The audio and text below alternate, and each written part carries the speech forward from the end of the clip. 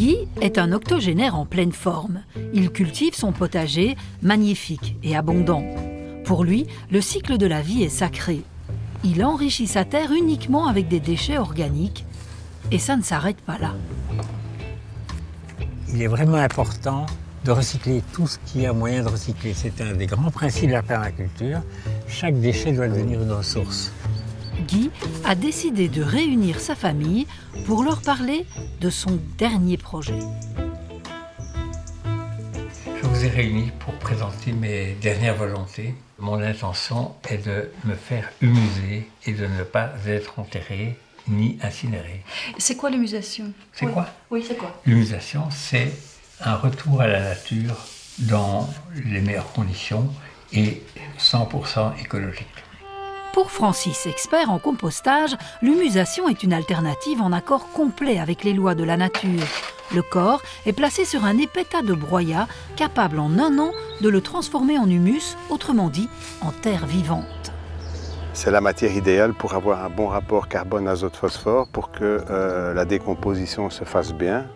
Également que les molécules chimiques qui sont venues se mettre dans nos corps malgré nous au cours de notre vie soient elles aussi découpées en petits morceaux, donc pour les rendre tout à fait inoffensifs. Et ça, il n'y a que vraiment un microfaune du sol qui est capable de faire ce travail extrêmement complexe qu'aucun process humain ne peut faire.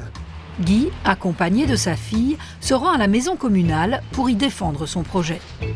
Mais donc on va œuvrer, notre commune y réfléchit pour l'instant, et plusieurs de la majorité cherchent la solution pour que ça puisse se faire. Pour l'instant, l'humusation n'est pas encore autorisée en Belgique, mais les mentalités sont en train de changer. La loi aujourd'hui n'interdit pas, donc elle permet. Et je trouverais exemplaire que ce cimetière puisse abriter une expérimentation. Comme le cimetière pourrait être agrandi, on puisse faire un cimetière qui soit différent. L'humusation devra avoir lieu dans un endroit clôturé et sécurisé. En attendant ce jour, Guy façonne la stèle qui décorera sa sépulture. Il imagine aussi la façon dont il aimerait qu'on honore son départ. Il souhaite que ses amis s'occupent de lui quand il sera mort, qu'ils entourent son corps dans un linceul et le transportent sur un simple brancard. Il désire une cérémonie intime, avec bien entendu des fleurs des champs cueillies en son honneur.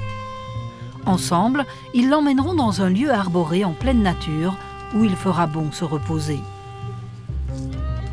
Sur un lit douillet de broyat, ils le déposeront et lui feront leurs derniers adieux.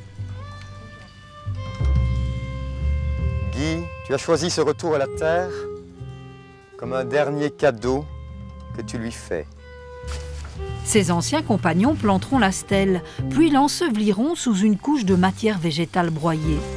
Le manteau de compost le tiendra bien au chaud et Francis, son ami humusateur agréé, veillera personnellement à ce que toutes les conditions soient réunies pour que son corps puisse au plus vite revenir à la terre. C'est loin d'être courant, mais Guy a voulu assister à la répétition de ses funérailles. Quand l'heure sera venue, sa famille pourra venir se recueillir sur ce lieu pendant 1 an. Après 12 mois, ça sera l'heure du merci final, puisqu'on aura 1,5 m de super compost. Donc ça va donner la possibilité de fertiliser l'espace pour planter plus de 100 arbres. Donc faire pousser donc des arbres, c'est ce qu'il y a de mieux pour fixer le CO2 et donc finalement éviter le dérèglement climatique. La famille de Guy pourra récupérer un peu de ce super compost et faire pousser un arbre en souvenir de lui.